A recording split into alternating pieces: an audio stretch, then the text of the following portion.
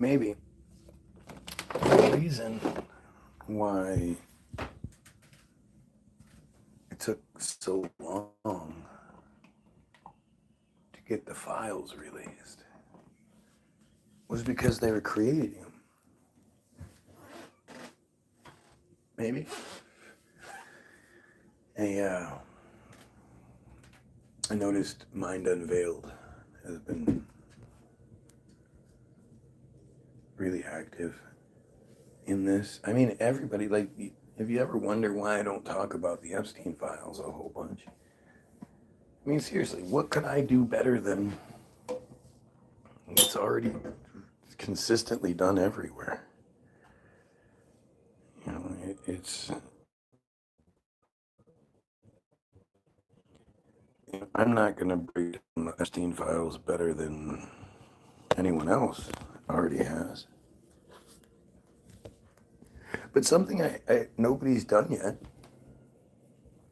We know how many times Trump is mentioned in the files, but how come nobody's looked up how many times GOYIM is said in the files?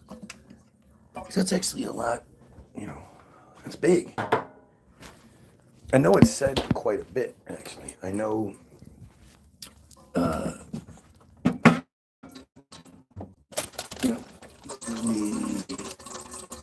idea of GOYIM is mentioned a lot.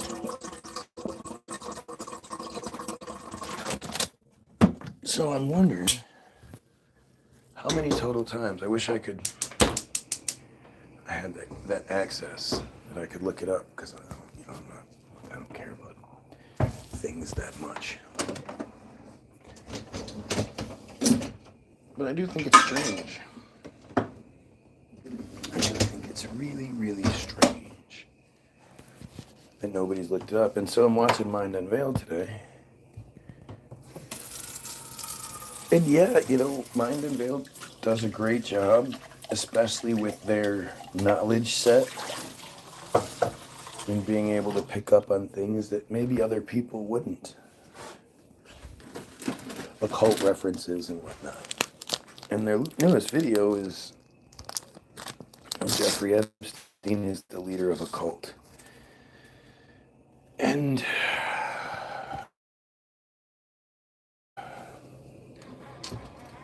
yeah, maybe. But I think we're just, everything is, while everybody else is seemingly distracted by the same thing, looking where they're supposed to be looking. I mean, remember, these files were provided to us.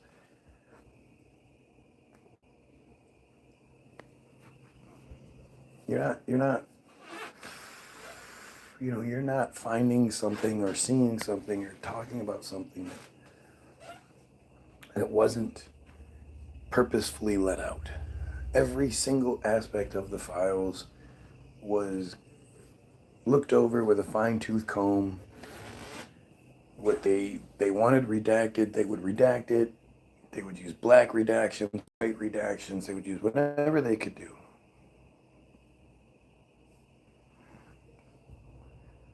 And so literally everything that anybody thinks they've come across or whatever, they let it out. You're finding breadcrumbs in the bread factory.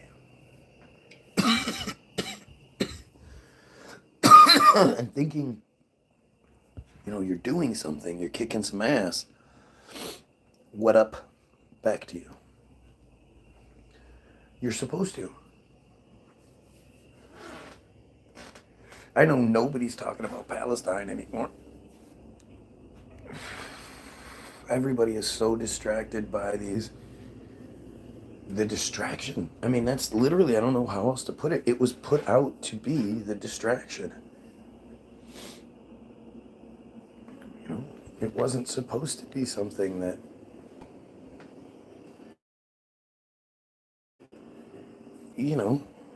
that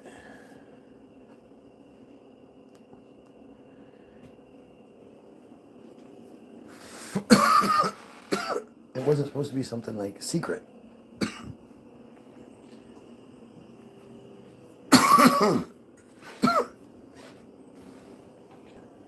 But I do think you know, like it's weird because it's like Mine Unveiled's newest video, Algo, what's going on, is trying to get you to go away from the Jewish aspect of it, right?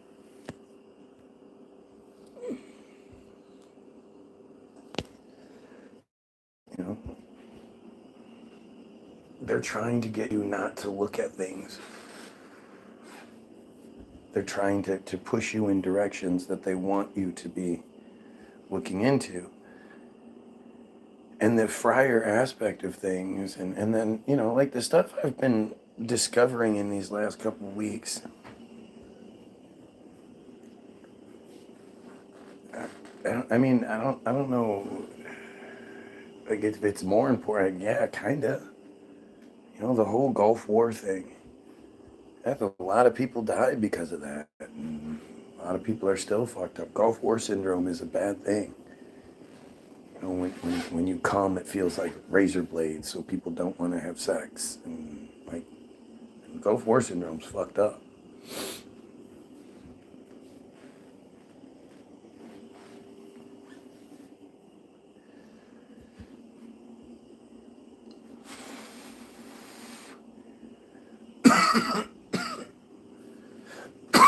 And, you know, Mind Veiled is allowed to have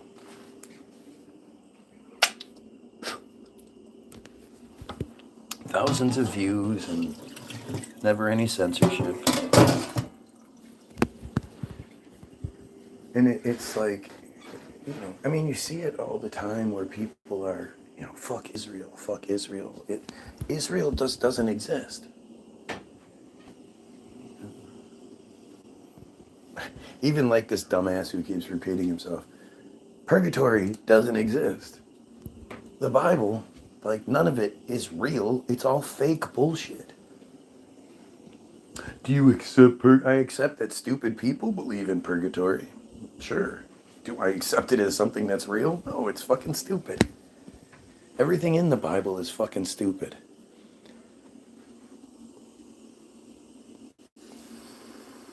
The Outbreak? You mean movie Outbreak? This guy, like, again, some weird friar talking about smelling toes and shit. Like, ugh. Does anybody's toes smell good? You fucking weirdo.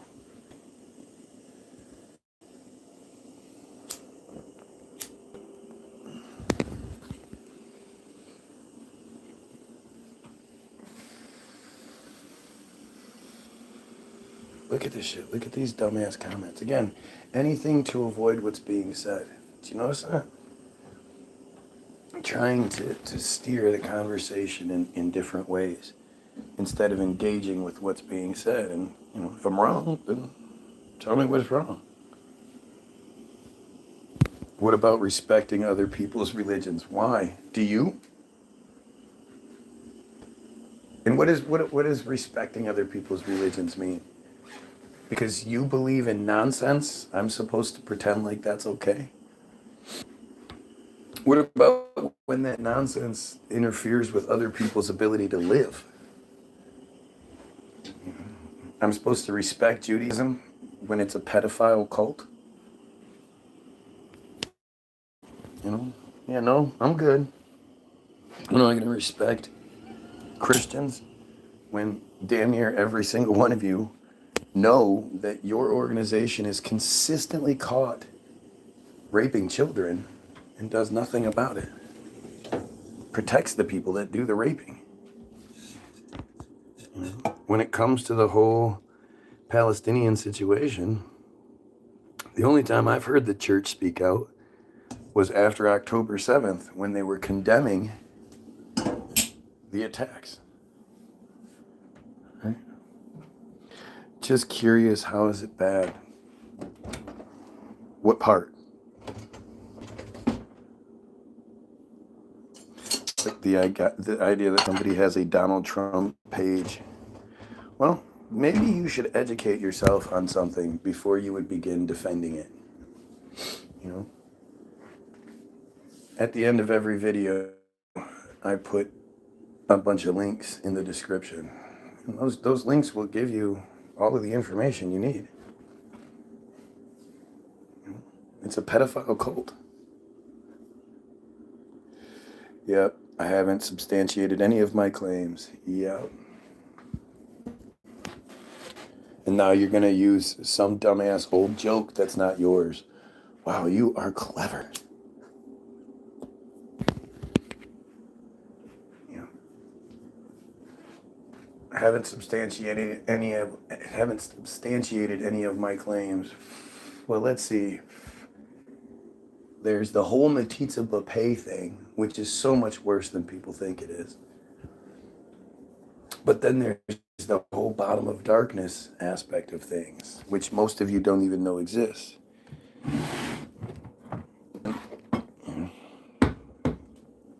It's really fucking crazy to to see it play out the way it does. You know, all of you fucking everybody that's a Trump supporter, especially somebody that would make a page dedicated to Trump, is a pedophile. You know, Donald Trump is a pedophile. At the very, very, very least, he's guilty of protecting pedophiles. But even then, you don't really think Ghislaine Maxwell is in prison, do you? Have you seen the woman that they're using as Ghislaine? Look at this shit. It's amazing how many people literally make fake profiles. Well, how many people? It's amazing how this whole Team Jorge aspect of things works, where they make these fake profiles and they just say the dumbest shit. It's crazy, because at the end of the day, this page is about killing pedophiles and overthrowing the Jewish control scheme. Biatch. So, outside of friars and friar pedophiles, who actually is going to be upset with what I'm saying? Right? Like, think about it. Think about what's happening on this feed. You have a ton of fucking fake profiles. If you just pull them up, you'll see there's nothing there. A ton of fake profiles that are in here trying to, like, interfere. But they don't actually address what's being said, right?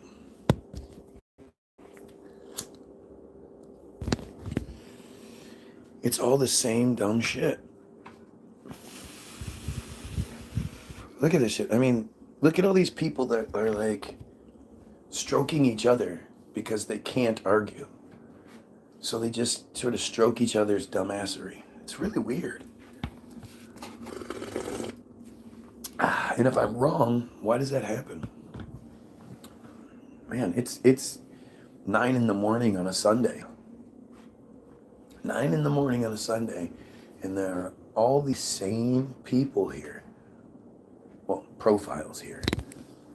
Crying, not saying anything that matters. It's interesting.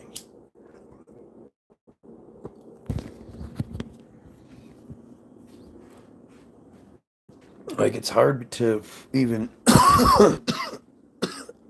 because I'd like to read the real people's comments. But the way they flood these comments,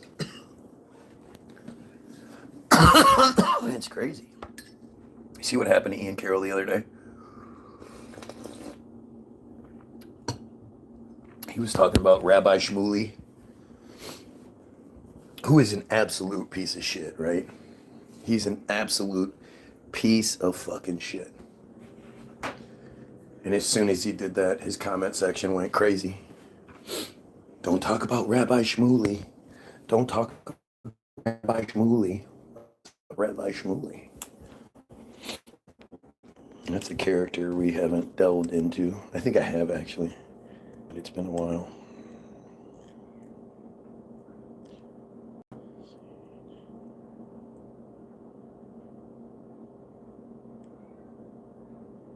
Shmuley.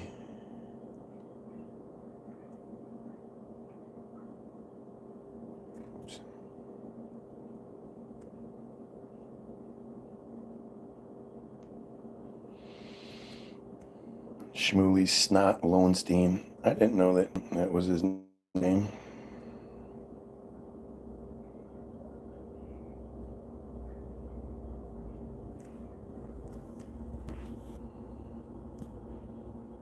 That's an old ass picture of him. Just a disgusting, disgusting human being. Right?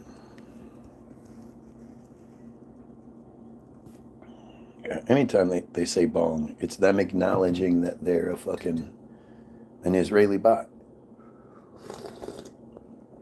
The Israeli bots can't tell the difference between a pipe and a bong. So they consistently say bong because they're stupid. And because they're programmed by stupid people. Okay, so Shmuley Botesh. Jacob Shmuley Botich. Jacob Shmuley Botich. He's an American rabbi, author, and media host. He is the author of 36 books.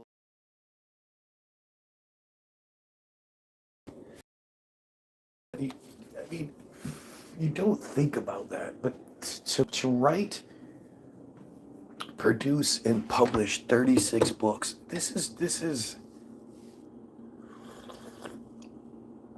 what's it say? He's 59 years old. So even if he did one book a year, he would have been having to have written books since he was 16 years old, publishing one book a year. To think that he's writing and publishing 2-3 books a year, that's insane. That's just fucking insane. He is the other 36, including best-selling Kosher Sex, a recipe for passion and intimacy in 1999, and Kosher Jesus in 2012. He hosted 2 seasons of the reality show Shalom in the Home on TLC. Who was clamoring for that? Who was like, man, I sure want to highlight these disgusting people.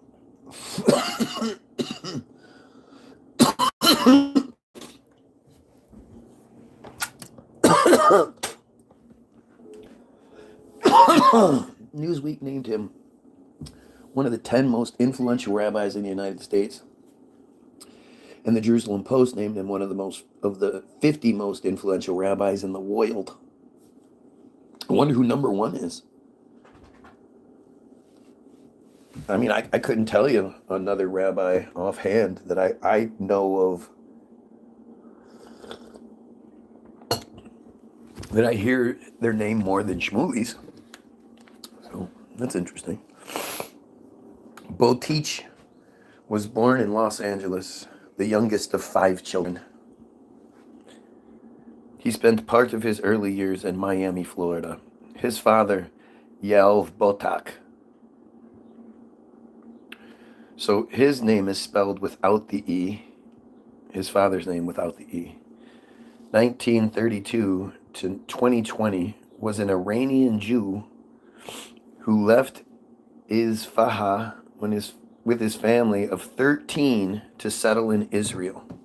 It's disgusting. It's just disgusting. You know, what did his father do that could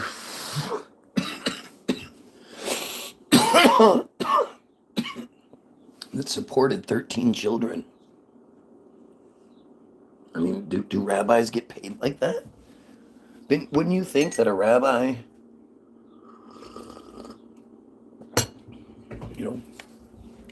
wouldn't make enough money to support 13 children? It's a lot of fucking mouths to feed, man. His mother, Eleanor, 1942 to 2023. His mother is 10 years younger than his father. And when do you think they got married? He's the youngest of 5 children, and he's born in 66. So by 66, wait a minute.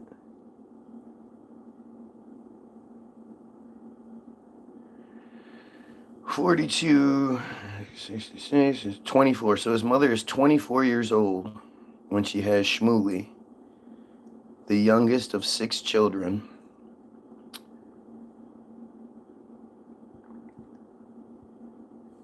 And that would be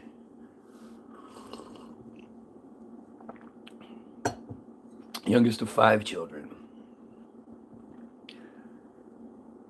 So it would be really hard for her to pop out 5 children in 5 years. Like, it would be really, really difficult.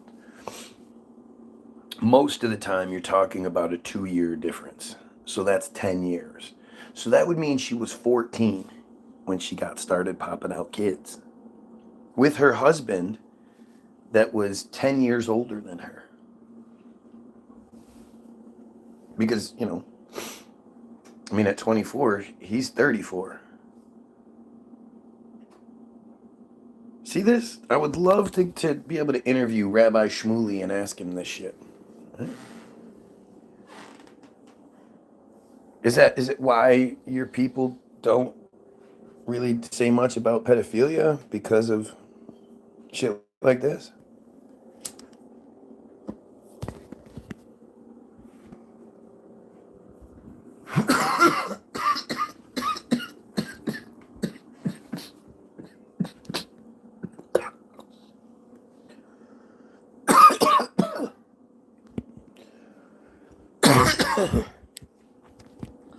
I mean, it's interesting because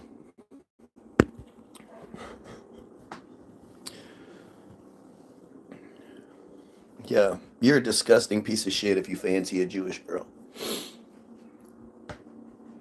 Right? Never heard of it. Can you show me an example? What the fuck do you think I'm doing right now, you dumbass?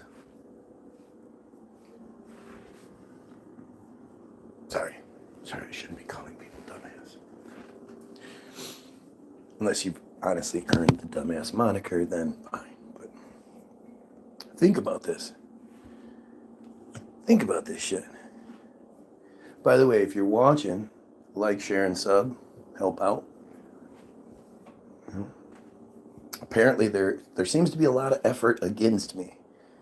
Early on a Sunday morning, 9:15 on a Sunday morning, and there are all these random profiles that have literally nothing else going on in their world. So they're here like they are every day, and they'll be here for hours. Like, it's one thing if you're like, yeah, this shit's interesting, and blah, blah, blah, I care, this is stuff I care about. Well, then, yeah, stick around. But the other side of that just doesn't make any sense, right? She's not even Jewish, says the guy who just said he fancied a Jewish girl, right? Do you guys understand why I don't even bother with these morons?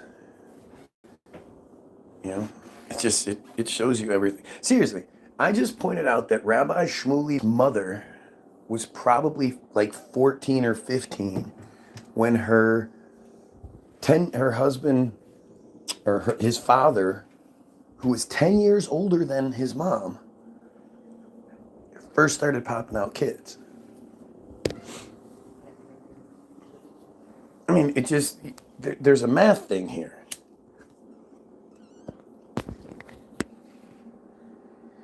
And even if you say, well, she had 5 kids in 5 years, you're stupid. There's a recovery time.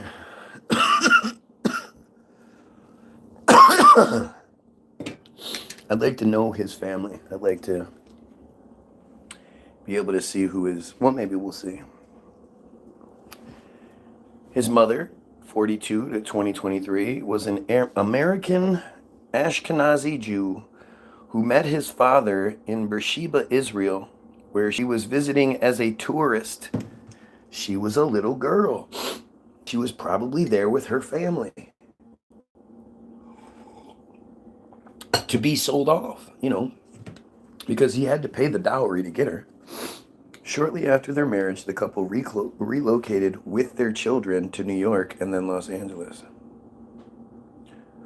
I mean, how shortly after their marriage could they have had multiple children?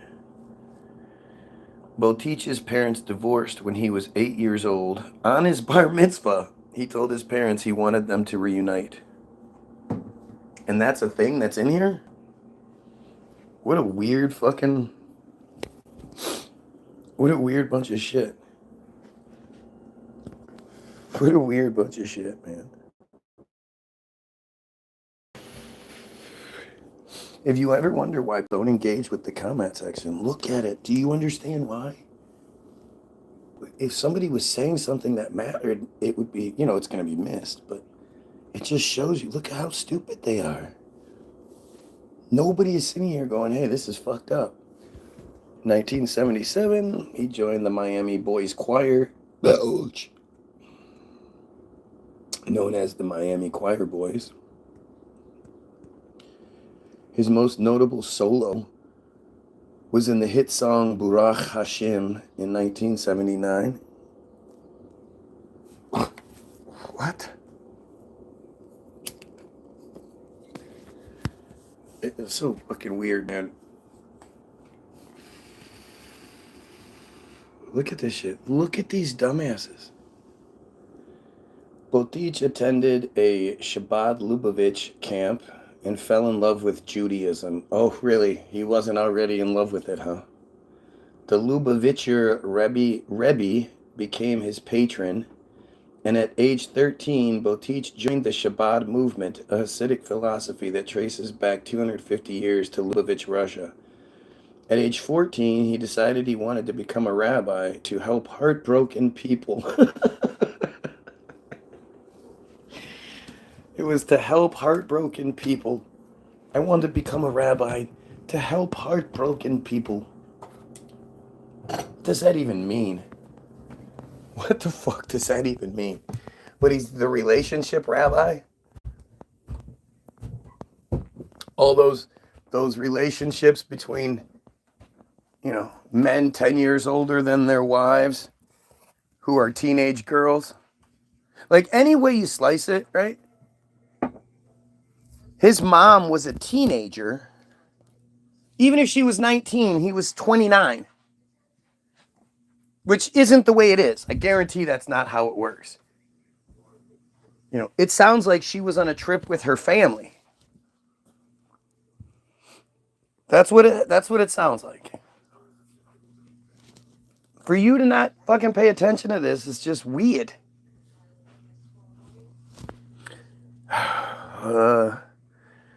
He studied at Rabbi Alexander S. Gross Hebrew Academy and at a series of yeshivas in Los Angeles, New York, and Jerusalem for 3 years at Torat Emet Yeshiva. Who paid for it? We did. By the way, we did. You and I did.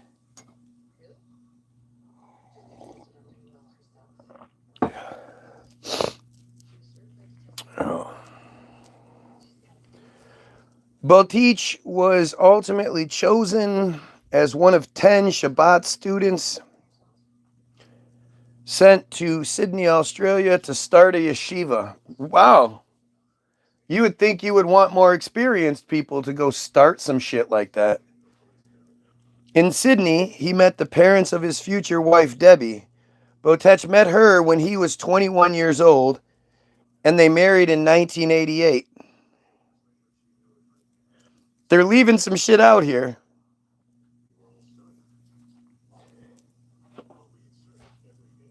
And her name isn't Blue, so I can't find out who she is.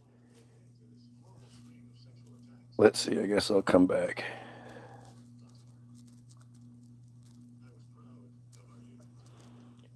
Debbie Botich. Let's see, she doesn't have a wiki page. Nope.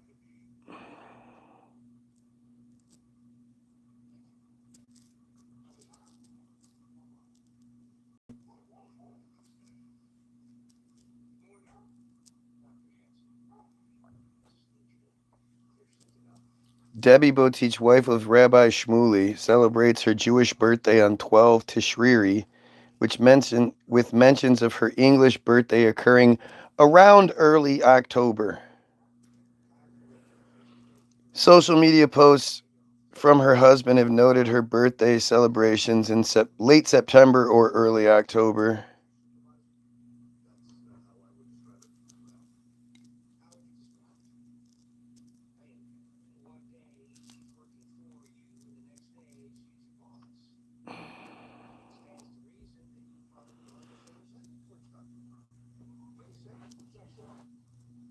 We don't know how old she is.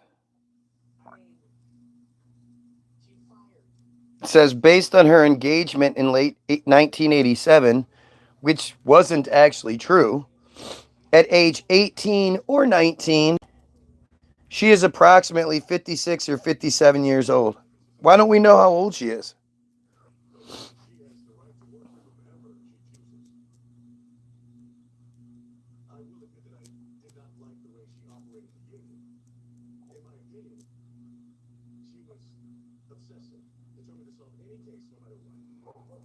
I mean, don't you think that's weird?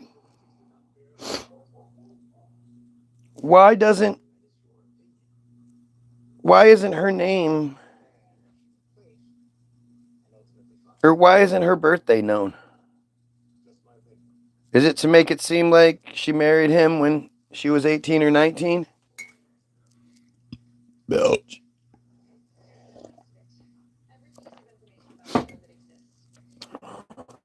Look at these insane shit.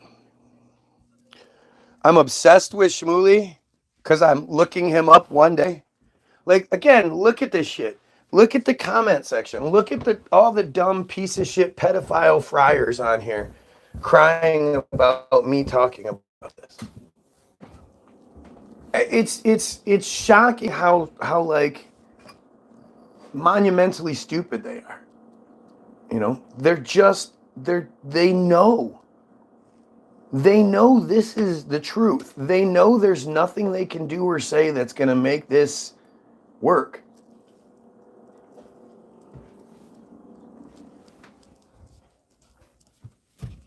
You know, there's nothing they can really argue.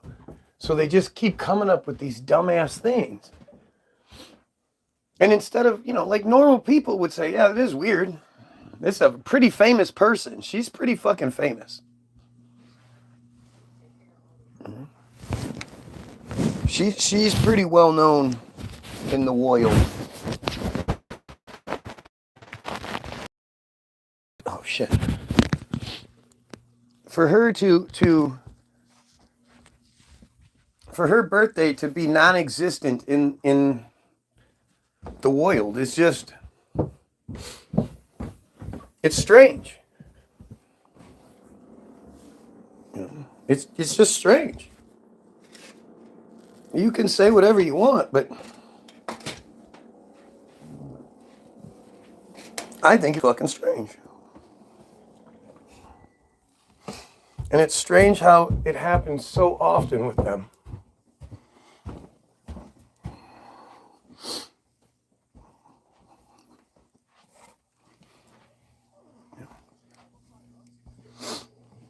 And of course, it's never like good. They're never good at it. It's just random stupidity that comes out, and it just seems weird, right?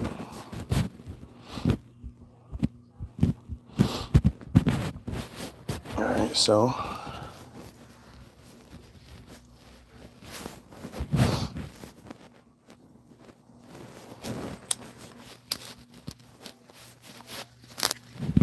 I guarantee she wasn't. Because if she's only 2 or 3 years younger than he is, like he looks like shit. Now, granted, the pictures she has makeup on and whatever, but she looks significantly younger than he is. Let's see. Botas, he then returned to New York and took Semicha rabbinic ordination in 1988. By 2019, Botich had 9 children, 6 of whom were born in England. The family resided in Inglewood, New Jersey. And what does he do to... Well, I guess he does have 36 books that he's written in all this time, too. I mean, that is such an incredible achievement. 36 books. That's a lot, man. That's a fucking lot.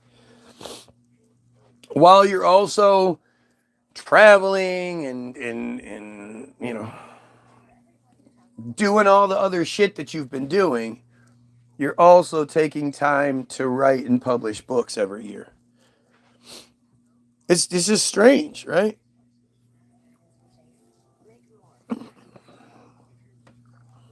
Huey knows it doesn't have to play. Yeah, like I promise you. Because you matter. You matter so much, that's the first comment that I've addressed. Gotcha. It's funny how that works.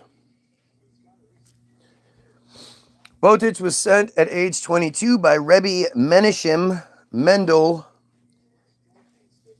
Schneerson, which is...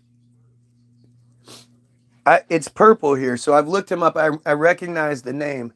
I'm pretty sure... like a Schneerson... Schneers... yeah, Schneerson is...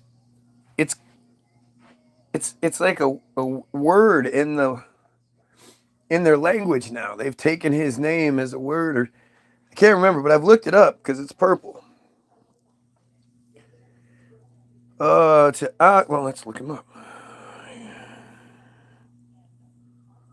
Known to adherents in the Shabbat Lubavitch movement as the Lubavitch Rebbe, or simply the Rebbe, or Lubavitch Rebbe, or simply the Rebbe, was an Orthodox rabbi and the Rebbe of the Lubavitch Hasidic dynasty. Right. He is considered one of the most influential Jewish leaders in the 20th century. Right. Yeah. Fucking crazy. Like I say, his name has become a word for something. He was that important.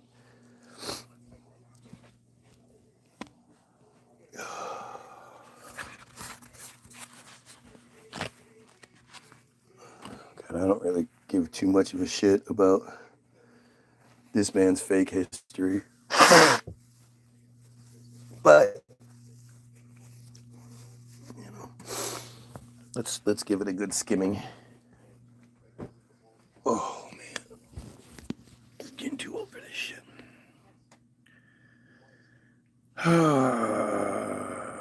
Where he served as rabbi to Oxford University students for 11 years. During that time, he founded the Oxford University L'Chaim Society. In Hebrew, L'Chaim means to life.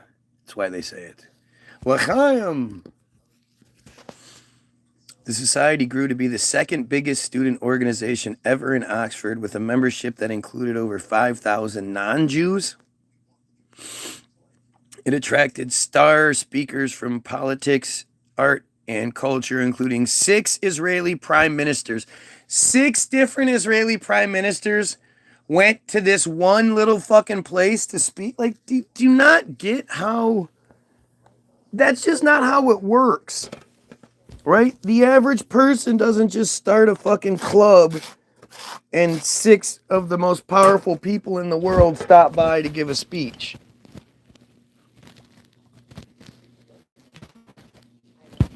It's fucking stupid, man. It's fucking stupid, and that people still... Like, what conspiracy? What conspiracy are you talking? Like, it's just crazy how obvious and in your face all this is. And yet there's still so many people out there that have been told to be quiet, so they'll be quiet. It's really weird shit. My favorite Jewish leader is Jesus of Nazareth. Exactly. Exactly, Brooks. If you don't understand that, if you don't understand that Jesus was a Jew and from the Davidic line, like, okay, according to the narrative, I should say Jesus was a Jew. Jesus is a fantasy. It's not right. So, like, I can't, it's hard to talk about it in certain contexts because it's fake bullshit. I mean, it's not real. There was no Jesus. There was no virgin, 14-year-old virgin girl walking around that suddenly got pregnant and gave birth to the savior of mankind. Right? Do you know how stupid you have to be to believe that shit? And look at the comment section. They're gonna start saying shit like they know. They don't know. They never even bothered to look into the history of what they believe. Never even bothered. But they're gonna sit here and argue with somebody that clearly has. And it's just arrogance. It's arrogance and stupidity. Oh yeah, Jesus was real. There was a guy walking on water, making miracles happen and shit. And nobody outside of the people in the book were talking about him. There was maybe, the narrative says there was like a handful of people who maybe might have mentioned a little something, or this guy was fucking walking on water and shit. This shit would have been talked about by everybody. But nothing in Egyptian history stands up to that. Egyptians have pyramids and hieroglyphs and really, really well documented history. When it comes to the Jews and the Bible and shit, oh, well, for most of the time it was oral history, so it wasn't written down until like the 900s or so. Well, at least that was what we thought until the Dead Sea Scrolls just happened to be found 2 years before the establishment of Israel in Israel. Well, in what would be Israel. And then, after they found it in 46, they lost the cave they found it in. And it wasn't until after Israel was established that they were able to re-find the cave. And this time they found a whole bunch more pieces. And guess what? Literally none of it is Christian. It's not a Christian book. The Dead Sea Scrolls are not Christian in their base. They're Jewish. The Bible is a Jewish fairy tale. Everything about it is Jewish. All of the main characters, all the names that you know from the Bible are Jewish. As a matter of fact, the religion itself is considered one of 3 Abrahamic religions, the other 2 being Islam and Judaism. Abraham is the father of all religious people according to Christianity. He's the father of the Jewish people according to Judaism, and he is a really high-ranking prophet according to Islam. And Abraham, according to the narrative, the father of the Jewish people and the mother of the Jewish people, the whole call me Ishmael thing, they're brother and sister. Like, directly. That's his younger sister. Abraham's younger sister is who he married.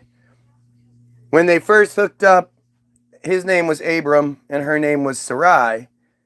And then like so many Jews back in that time, only Jews, he was able to build a God phone. God talked to him, was like, oh yeah, I am he who is the Almighty with the biggest toes and the smelliest feet, blah, blah, because he always introduces himself as something different. No consistency with God whatsoever. But he tells Abraham, hey, your name is Abram. He tells Abram, hey, your name is Abram now, or Abraham now. And your sister wife Her name was Sarai, but she'll be called Sarah now. And y'all gonna have a baby. And new Abraham is like, what do you mean? We're like 90 years old, dude.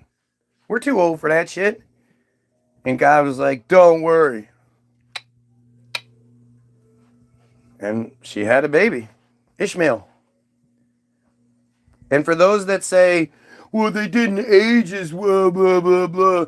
People could be 800 years old. See, the thing is, the writers of the Bible didn't count on us being very smart. So they didn't bother to acknowledge that and say, oh yeah, people aged much slower in that time.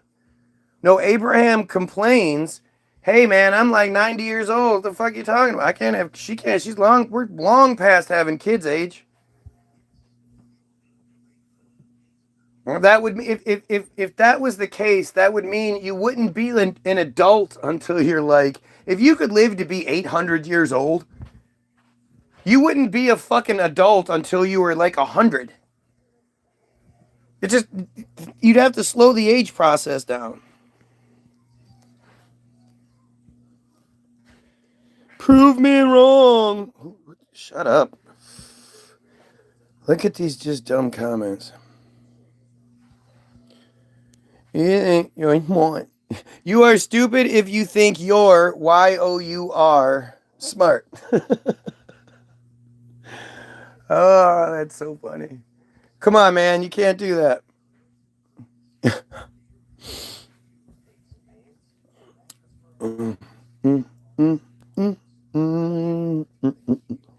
History is written by the winners, indeed.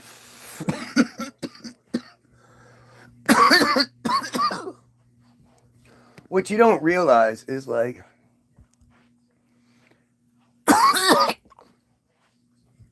history is much more obviously not what they tell us it is than what they tell us it is. You know, guys like Paul Revere, guys like George Washington and shit. These are just characters in storybooks, man.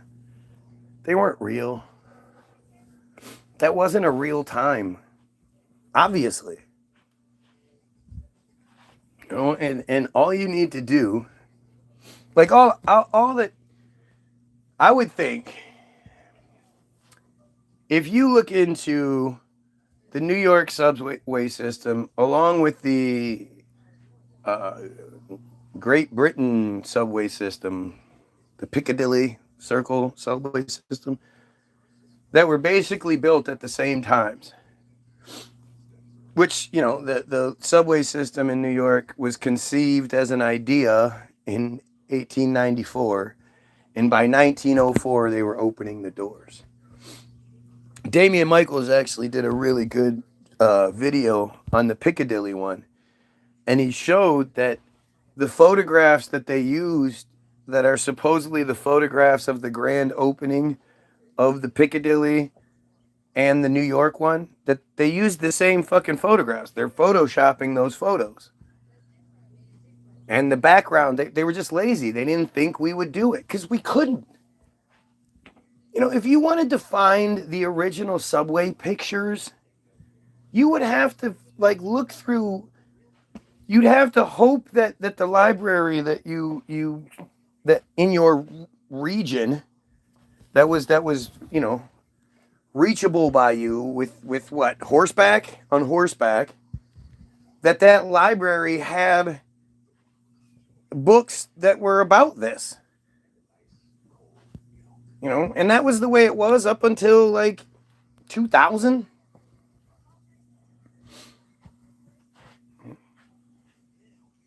And so you have to like, you have to see that for what it is. And if you can wrap your head around conception to opening in 10 years,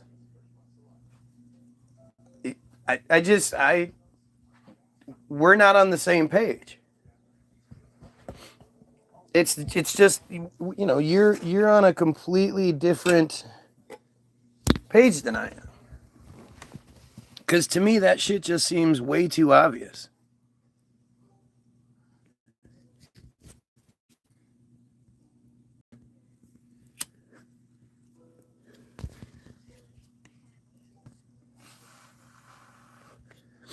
It's weird, man. It's weird. This whole thing is just weird. Let's see. 6 Israeli prime ministers. The former Australian Prime Minister Bob Hawke, the former Soviet Union leader Mikhail Gorbachev, and the theoretical physicist Stephen Hawking, the RC car Stephen Hawking, the singer Boy George, the football player Diego Maradona, and the actor Jon Voight. All these people just decided to go to this like weird Jewish chapter, right? Like what? It's just strange. The society's members included Cory Booker, don't know who that is. Maurizio Giano, don't know who that is. Michael Benson, don't know who that is. Eric Garcetti, don't know who that is. Some Orthodox patrons became concerned about the percentage of non-Jewish members, and after Schneerson died in 1994, Chabad UK leadership asked Botich to remove non-Jewish students from the society. Others wanted Botich to exclude gay students. Botich refused on both accounts because he's gay. Yeah, he's as gay as it gets.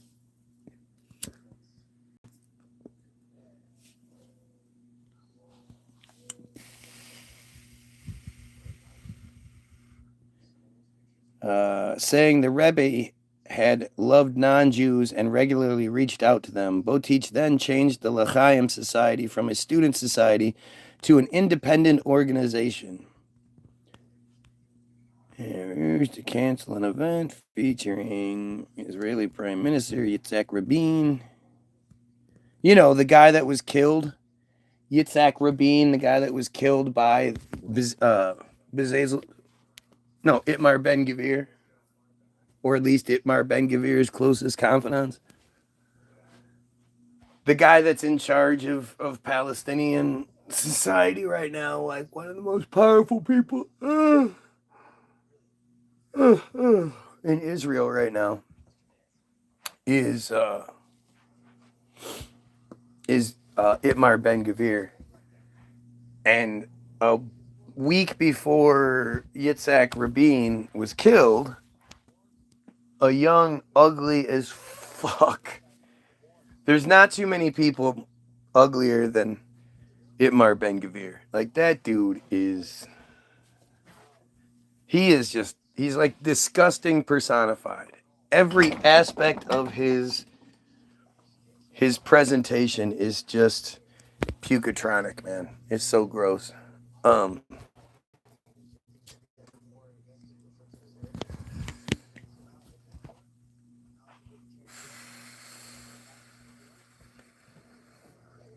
But he was interviewed, and he was holding the hood ornament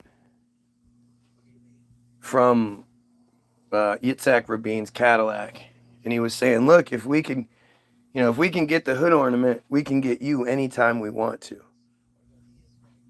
Right? And a week later, they killed him. It's fucking crazy. And the people, even like the people at the time, were saying it was Bibi that did it. They thought Bibi did it. The people said Bibi organized it, and there was this huge like sort of fuck Netanyahu sentiment for a minute, but it just went away. They don't really give a shit.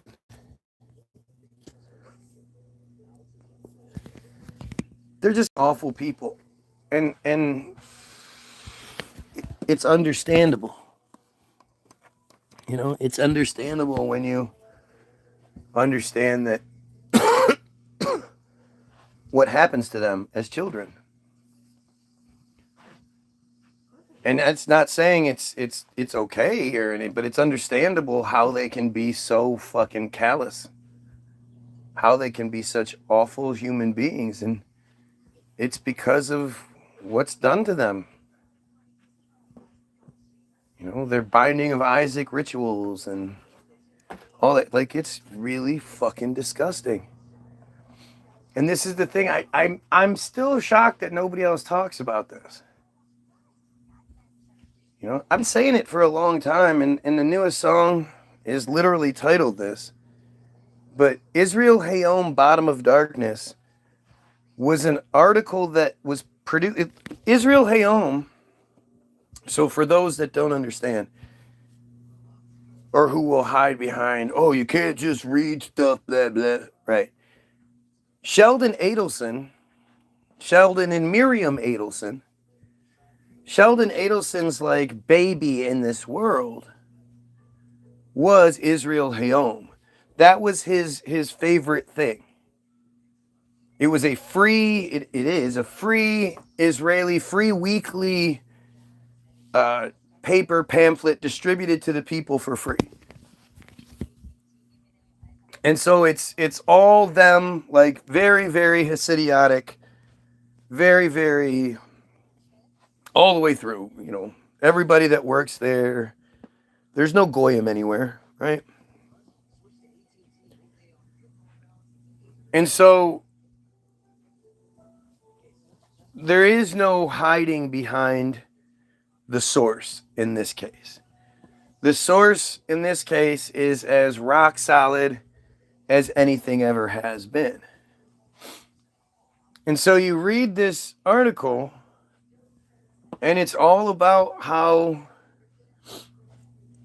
part of their belief structure is transcendence and redemption through child rape.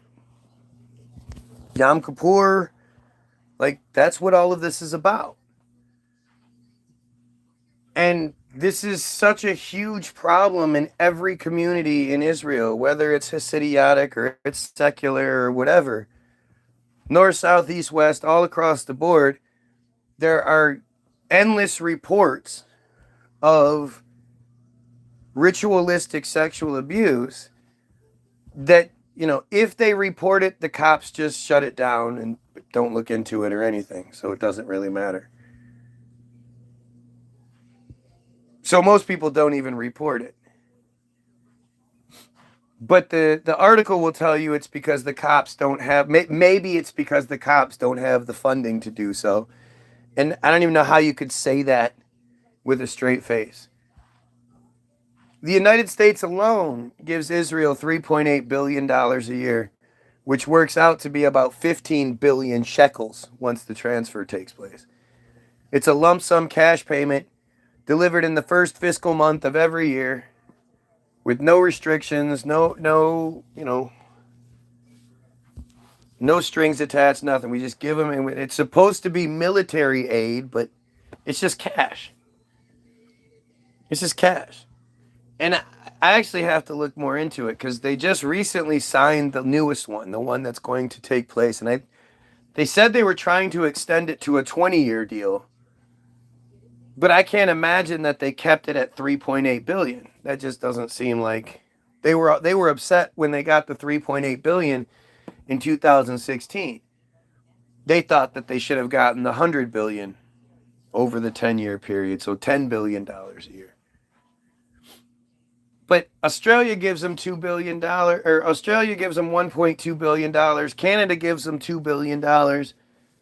I don't know what everybody else is. What the fuck is Germany on the hook for every year? You know, I don't know what everybody else gives them, but just that alone, I mean, you're talking about, you know, almost what? I don't know what the conversion rates, but let's just say it works out to be like 6 billion American dollars, 7 billion. You know, multiply that times 4. You know, that's a lot.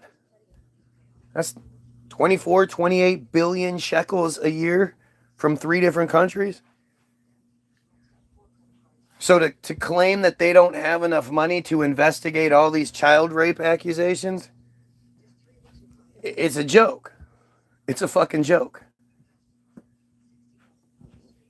But the worst part about the article to me is when they justify the silence by saying most of the time when the kids tell the parents don't believe them. The parents think they're lying or exaggerating or whatever. And I just, these are parents who were probably put through the same ringer. And so like it's just this huge, people-wide cover-up.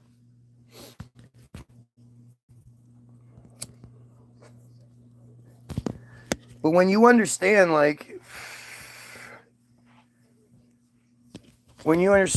that you take these people who were violated as children, ritualistically, like it's weird to say, like, it's not just regular rape. As horrible as that may be, we're talking about pentagrams on floors, people in making them dig their own graves and lie in them, holding heads underwater, mutilating genitals, scarring. I mean, you just run the gauntlet. And it's the people of the community. It's the father, it's the uncle, it's the grandfather, it's the rabbi, it's the neighbors, it's, and your parents bring you there, and the teachers, and it's everywhere. It's so obvious that they even had to write this article about it, like, hey, come on, like, this is getting out of hand. Or maybe they were just flexing. I don't really know. But if I know about it, then it's a pretty big deal, don't you think? And now you know about it. And now that you know about it, don't you have a responsibility to do something? Shouldn't we as a community be screaming, hey, we need to protect the Jewish children?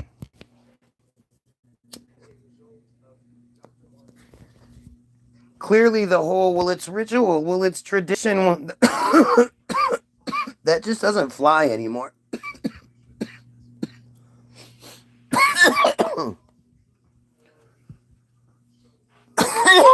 That doesn't fly. Never did for me, but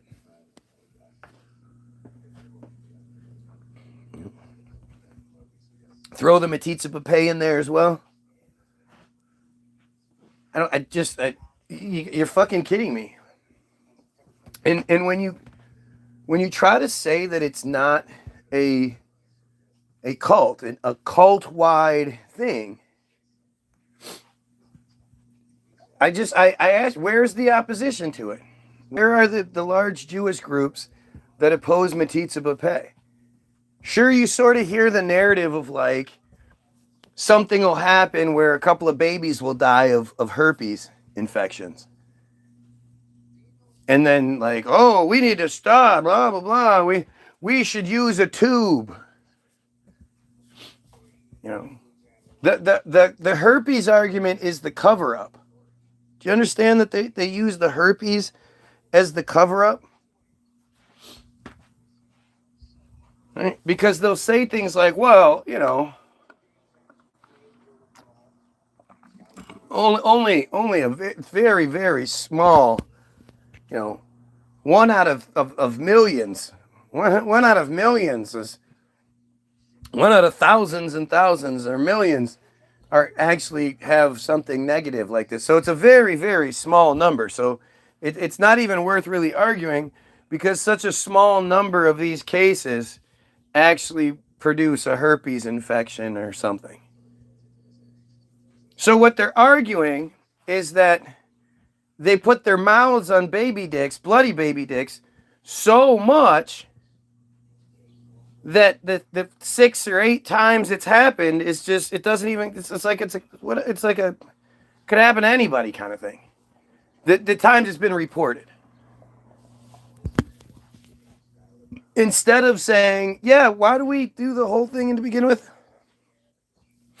But they have to. That's the thing. Is you'll see people that sort of talk about it. Even Grok will talk about it like it's really not that big a deal. It's not nearly done as much as you think it is. You can get Grok to break on it. Ask her, they're one of the guys, one Moyle claimed to have done over 30,000 in his life. Like,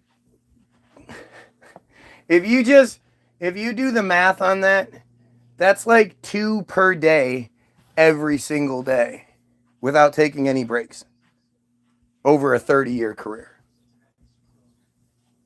Some crazy shit like that.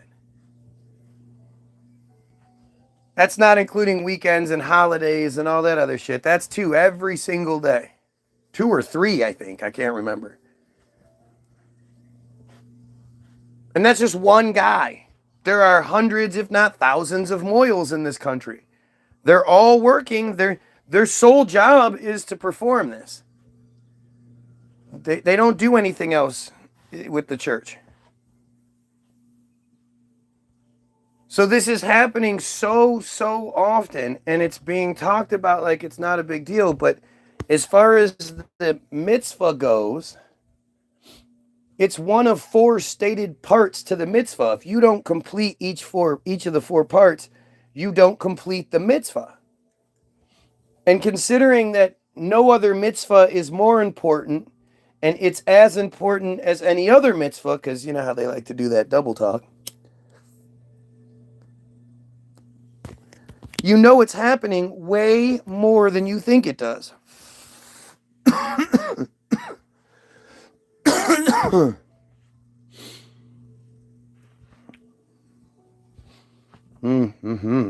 Look at somebody's named Levi. Levi is arguing with me. Well, is mad because I'm saying this stuff. He's not actually arguing with me. And the one thing you'll never see is a Jewish person come on here and be like, hey, you're right, man. This makes us like awful. This is a horrible, what you're talking about is horrible shit. And we as a people need to eliminate it. It shouldn't be up to you, Goyim, to be saying these things to eliminate this thing. We should be doing this as a people. You'll never, ever see that.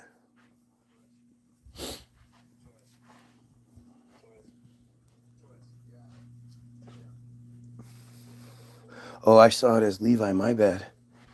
That's weird. My eyes are failing me. without the little kicks on the K, it's Levi. That's all I saw. The same shit though. Anybody who's not saying we need to do something about this, this is a much bigger issue than you realize. And then again, think about it from a big picture thing. Not only is this done to them as babies, then they're ritualistically sexually abused by the community until they age out of it.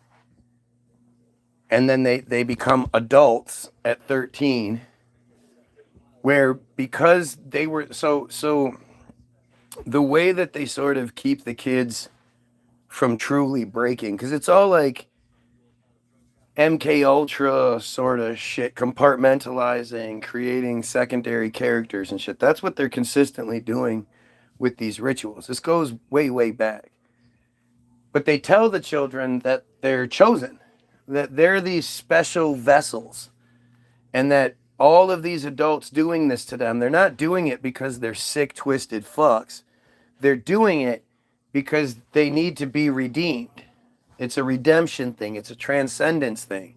So by doing this to the children, they're, they have that kaparat thing where they kill the chicken and then they swing it over their head and it puts all the sins into the chicken. Well, they swing the chicken over their head to kill it. Breaks the neck by doing that. But they then donate the chicken to the poor. So the poor Goyim eat the chicken that's full of sins. It's so fucked up.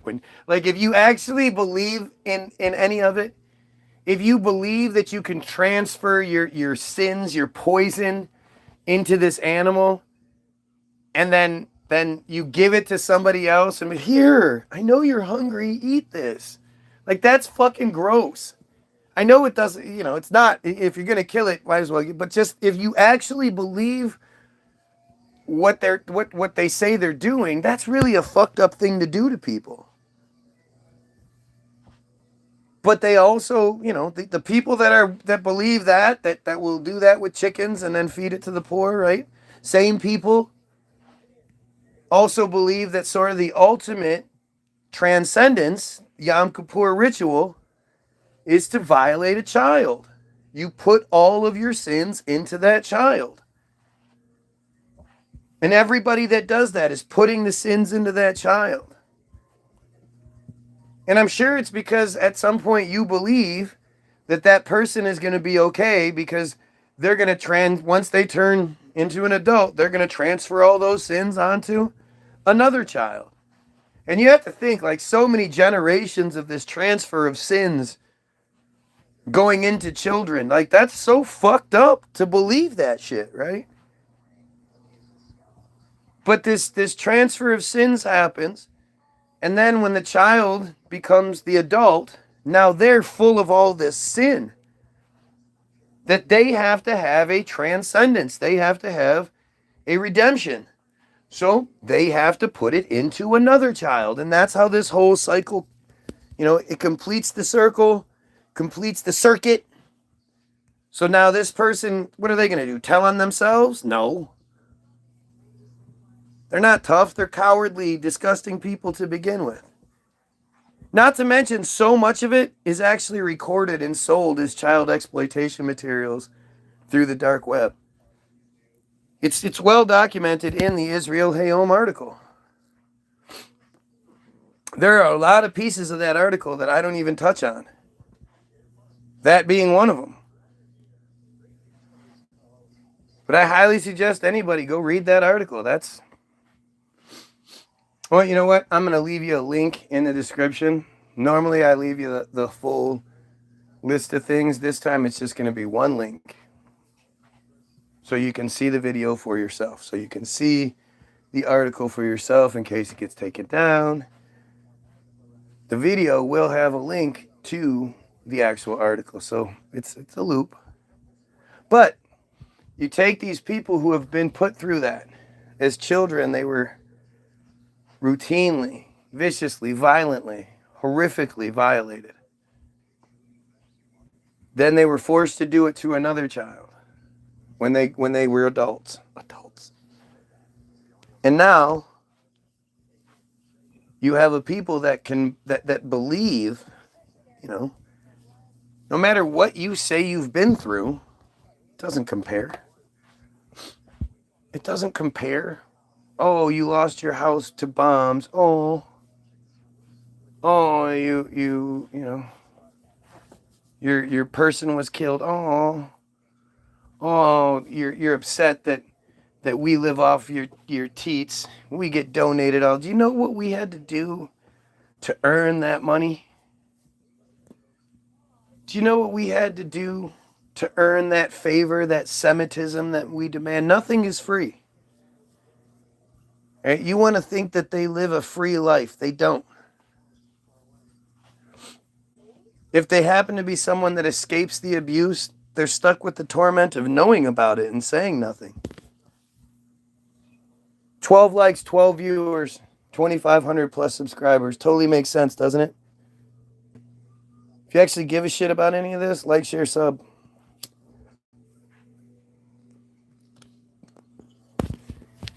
Look, there's so much going on.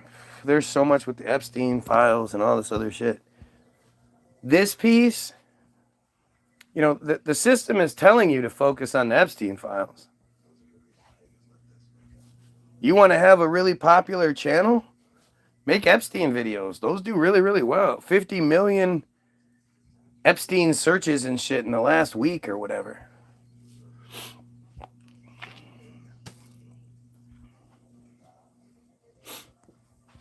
The story I'm telling you was literally published in April of 2025. And you've only heard about it if you've been here. This isn't the thing they're telling you to look at. None of these fucking goofy ass, allowed to be truther people who all tell you to believe in Jesus and all tell you can't blame the entire cult because they have a couple of friends who are nice to their face. More importantly, they tell you to believe in Jesus. All of those fake fucking truthers, not one of them tells you about this.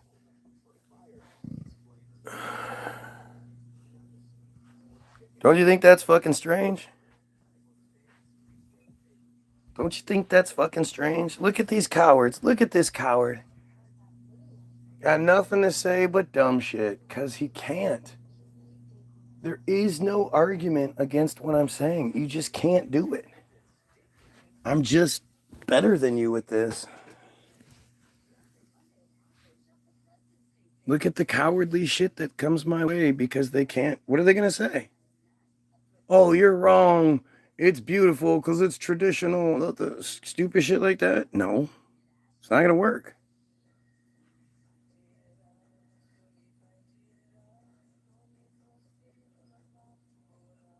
Is that Madonna? Jesus, she actually kind of looks normal again. I don't know what the fuck happened to her.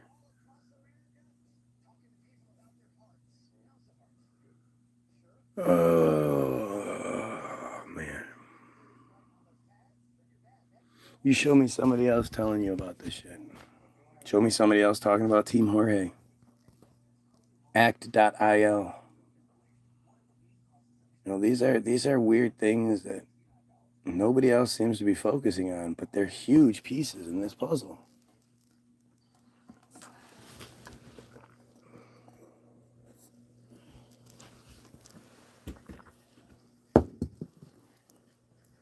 What the fuck is this?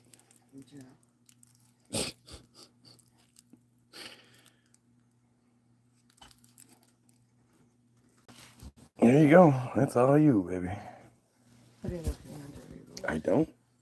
Probably smoke fine for you.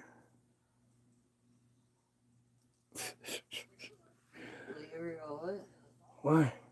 So I'm gonna smoke on that paper. It feels like thick ass paper. You like it? See if it works for you. I don't want to re-roll it. Re-roll it. That's some thick ass paper. Yeah. Joints are gross, man. I like joints, but not when it's using that thick ass zigzag. I don't like joints at all. They're just too small. Usually. That one's great, but it's the luckiest. Yeah. I'm done. So, you have yourself a wonderful day. Go check out the link in the description. Pedophiles, kill yourself.